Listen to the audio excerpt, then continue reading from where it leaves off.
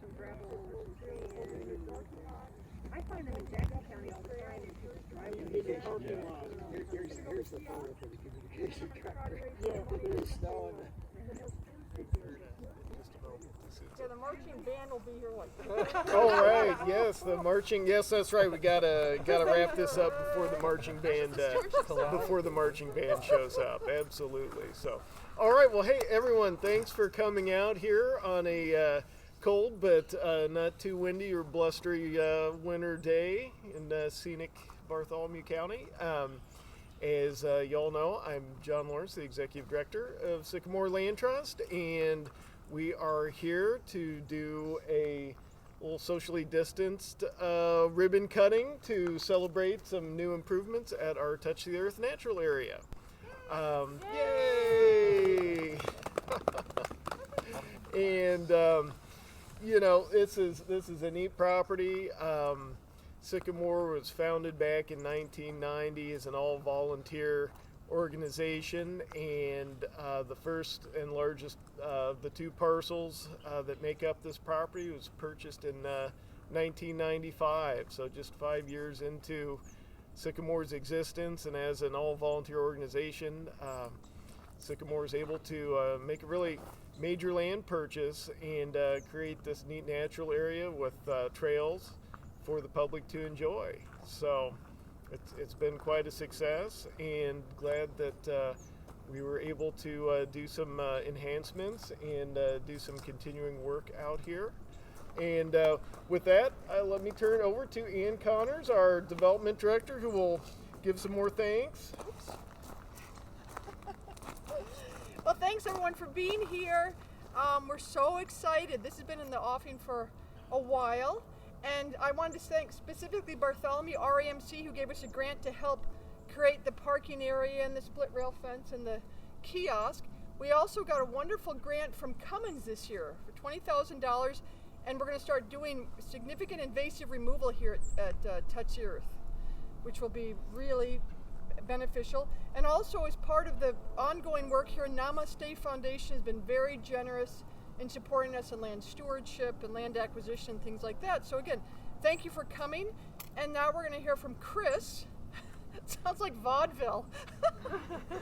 Chris comes out, and he's going to talk more about, he's our land stewardship manager, and he and Rob, the land preservation director, figured out this whole process and the design, and so Chris is going to tell us a little bit more. Thanks, Ann. I dressed up for the occasion. I just came from a Tangeman just down the road. We're building some trails there, and so we've got improvements going on there as well as here. And you know, I can talk about that to you if you're curious afterwards. But you know, our focus today is on obviously on Touch the Earth, and you know, it's really great to see the interest here. You know, it's a small crowd. You know, it's a cold, blustery day, and we got snow coming and COVID and everything else, but to me, it just shows you the passion, both for this place, this property, but also just for conservation in general. And you know, in this era of social distancing, even though I'm not really into social events, I miss that energy that you get from, you know, conferences and events like our annual celebration, things like that. And so it helps build that, you know, celebrate what you've done and get that inspiration and fired up for what you have to come. And I think that's why we're here today. To sort of celebrate what we've already done and maybe talk a little bit about why we did this and what our plans are for the future, and get inspired. And there's people here from other organizations that allow us a chance to network and hopefully partner for future things that we can do. So we appreciate all your support.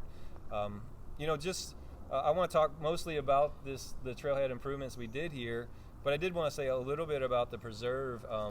I think all of you have been connected to it in some way or another, but just talk a little bit personally how I've been connected and how, you know, we hear about how busy it is, but since most of us are coming from Bloomington, from Sycamore, we don't get to see it as much as you that live here do. And in the last few weeks and months that we've been working here, Rob and I and other staff and volunteers, we see the people coming and going more. And some of them we have seen every time we've been here. And it's like, you know, if they're here every time we're here, they're probably here a lot of other times as well. And one family in particular sticks out is there's a family, and they have their mother who's in her 80s, and she actually was proud to tell us that. And she walks it, and she talks about how it's an opportunity for her to work on her cardio and expand her. I think she's doing some rehab, and so she comes here to get that training. And because of our trails and because of our volunteers that help maintain these trails, it allows her that opportunity. And that's part of what we do, is provide people that access, and this is a great property for that. I've been coming here for a few years, and I instantly felt that connection, and I wasn't sure why, but it's like this is the kind of thing I grew up with when I was a child. This is summers came, and I would get up and eat my breakfast and say bye, Mom, and I'd be gone all day, and I'd be, as we'd say, playing in the woods and the fields, and this is what we had, and this kind of habitat to me is home. This old farm that's kind of growing back into nature, and you've got these fields and these forests and the creeks and the ponds, and Rob and I and John have been talking a lot about stewardship, and we do have this great grant from Cummins, and that's going to allow us to do things to help, in my mind, help maintain that biodiversity that we have here. And so we're excited about that. We can talk more about that later. I think we're here more to talk about the Trailhead. And so we've been talking about what we want to do to improve this experience when you come in. First impressions are so important. So when people come in, we want them to be excited to be here, and so we want that experience to be something that they'll remember. And so kind of create an identity for Sycamore. We do branding with our merchandise, and so we create this identity with our. You pull into a state park, it's hard to not know you're at a state park. They have a way of knowing with the wooden signs and the routed out letters and so forth, the little gatehouse. So we kind of want to create that experience here, but not replicate the state park template. And so we have kind of came up with the theme here, and creating a gravel parking lot with the parking blocks so people understand how to park. It's very simple to think about, but some thought goes into that. Because people say, well, why not just do the whole thing? Why not do more parking spots? You've got the space here, it'd be easy enough. And obviously that would cost more money, but really we want to limit the number of people we have here at a time for both the hiker experience, because I think most people come here, especially in the era that we live in currently, you come here to get away from people and get back to nature. So if we limit the number of spots, we limit the number of people here at one time. So hopefully those people, if it's full, will come back when it's not full, or go visit another preserve. It also helps limit the number of people we have on the preserve for ecological reasons as well, which of course is extremely important to us and probably to the people that visit. So we do limit that. Here we were able to expand it a bit more because we do have the space.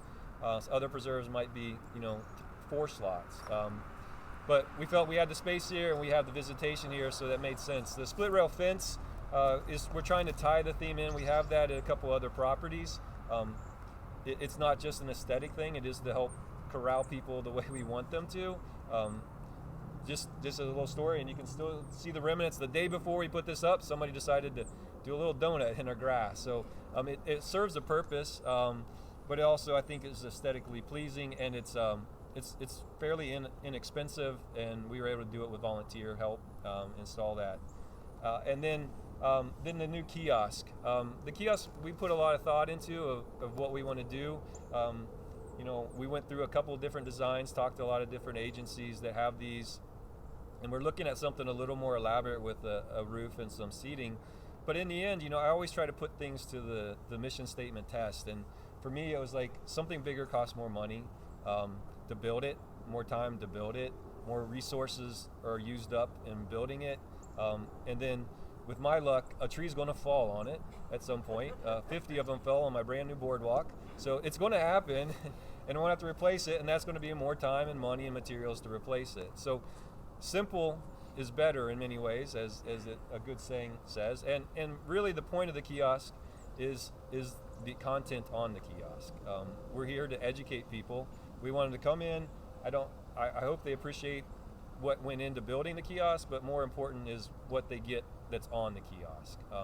But we wanted to create something also as a little bit signature for us. So it is somewhat original design. We did borrow some ideas from some other designs we saw and just kind of melded them together with the slats and things to try to make something that is a pleasing and use kind of has this utilitarian form and function value to it, but really the content's going to be the key component of it, of what we put on there, to teach people about the preserve, to show them where the trails are, talk to them about some of our trail etiquette, that we'd like them to follow, thank the sponsors and donors and people that made it possible. And we're working on the signs. We have a few finished. We'll have some new educational signs that'll go on the empty panel. We're working on a new center sign too that'll have some new content on it, some educational information about some of the species that you might encounter while you're hiking here.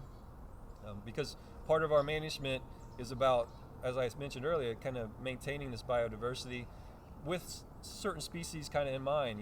One that comes to mind here that some of you have experienced here is the American woodcock, a species that would like a habitat like this, but if we don't do some management, we may lose it from here, and it's a species in decline. So we don't manage just for species, but we keep those in mind when we do this, and I think that's, the bottom line for Sycamore is protecting land and educating people. That's kind of the a shortened version of our mission statement. And by providing a nice kind of welcome mat to the preserve, I think that tells people what we're trying to do. And this is all possible because of people like you.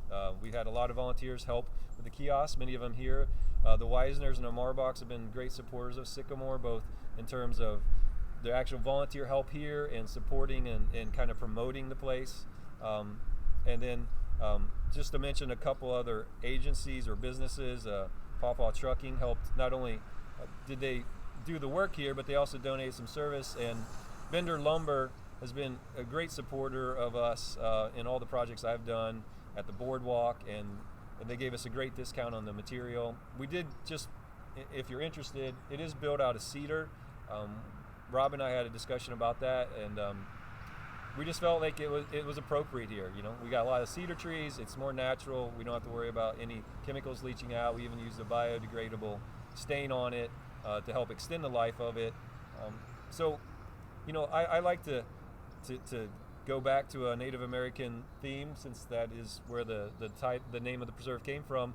I always liked the one, I think it was accredited to Chief Seattle, was in our every deliberation we consider the impacts on the next 7 generations. So when I do things, I try to think about the impacts and try to minimize those if I can, whether it's stewardship or the work we do at the trailheads. So thank you all for your help in supporting us, whether your help is physical help or financial help or emotional support. We appreciate it all, and I'm excited about the future for this. We've got a lot of work, as Ann said, exciting work. It's still in the early planning stages, but I think within the next month or two you'll start seeing some changes, and certainly if you come back this summer you'll be able to see some improvements. You may have to have a not too critical eye. Some of it might look ugly at first because we're going to have to get rid of some things, but we're doing that so we can let some really good things come back. And we do plan to plant things as well. We're not just getting rid of things, but I'm excited. It's time to put a lot of time into this place, and we're ready, and we've got the support and financial support to do it. So thank you. Terry? All right, well, next, as I mentioned, Terry Marbach's going to come up here, and he's going to say a few things, and if anyone can talk about this place, it's Terry. How many hours do you have? As many as you want, Terry. Well, when John contacted me about this, I said, well, gee, John, it's sort of interesting. I was a bit of a pack rat, and we have a file on Touch the Earth. I went back and I looked, and 25 years ago, a little over 25 years ago, on August the 12th, 1995 to be specific, the first official nature walk took place at Touch the Earth. And at that time, I made some comments, and I'm going to give you a few excerpts from what was said then. And then I'm going to follow that with some excerpts or some thoughts about now.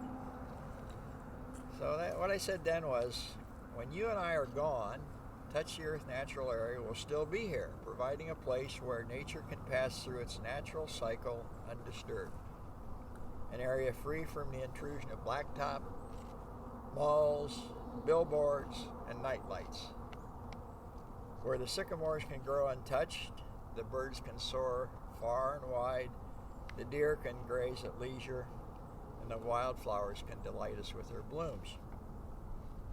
It is our strong hope that as nature moves on its own pace in this area, the public will come to hike, birdwatch, photograph, contemplate, study, and in doing so, be educated and refreshed by what it sees, hears, and smells.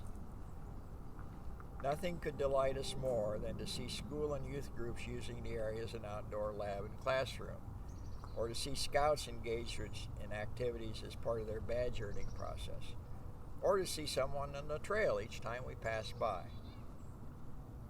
From the beginning of time until the early 1800s, this land belonged to no one. Now, 176 years after it was first surveyed, this land once again belongs to no one. Rather, it is for the use of all, belongs to all of us. We can all watch together as nature reverts towards its natural state as it overcomes the intrusions made by man. And fortunately, this land had a limited number of such intrusions on the acreage, and so nature didn't have to overcome as much as on some properties. So here's what we would say now. Well, the public has come. Nothing delights us more than seeing the parking lot filled with vehicles, which happens quite frequently. Of special interest are the really little kids who barely seem to be able to put one foot in front of the other, but are seen way down the trail. I don't know how they get there, quite frankly. Recently, my wife Connie, who unfortunately is not here, she's supposed to be, I'm not sure where she is, was told by one little girl hiking with her dad and two older siblings that she, the little girl, was the boss of the trail. So if any of you think you're the boss, you're not. There's been a group of preschoolers visiting Touch the Earth on a weekday with their moms and on Saturdays with their entire families for over a year, so it's being used by all sorts of age groups. We know of at least 3 Eagle Scout badges that were earned doing projects here, and there's been 1 Cub Scout troop project. Because I was on the board for a number of years, and we have a lot of friends who know that, I receive and Connie receives notes, emails, cards thanking Sycamore for providing this place to recreate or recreate, depending on how you want to use the word. And certainly during the pandemic, it has been, along with Sycamore's other properties with trails, a place of refuge. Lastly, nature continues to revert to its natural state. And I'll close with the last comment made 25 years ago. This is attributed to a gentleman named George Trevelyan.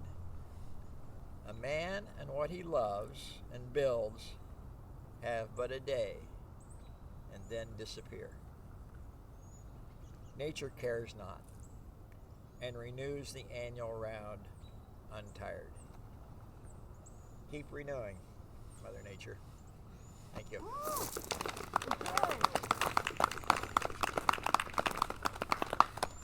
Hey Terry, if you could do the honors. Oh. I'd like to have Kurt and Lisa join me on this. Okay, Kurt and Lisa Weisner.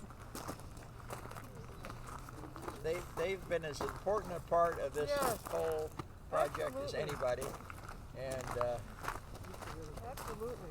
I don't know how we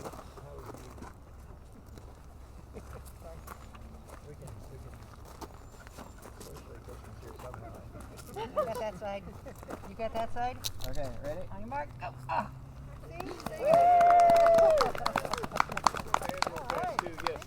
Thank you, everyone.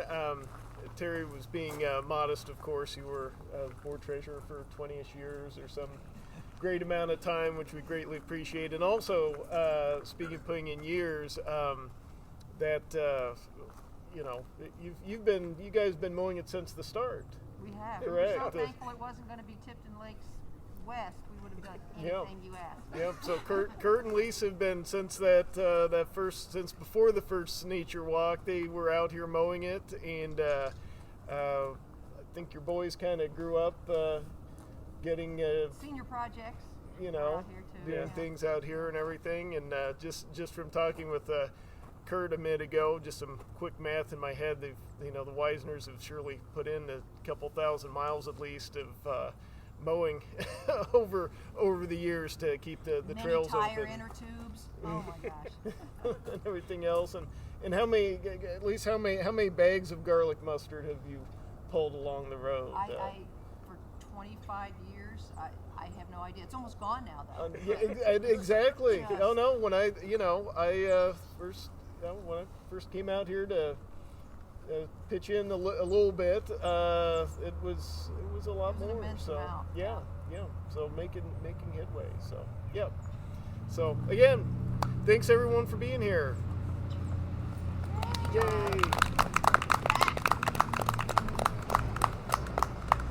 And have a muffin.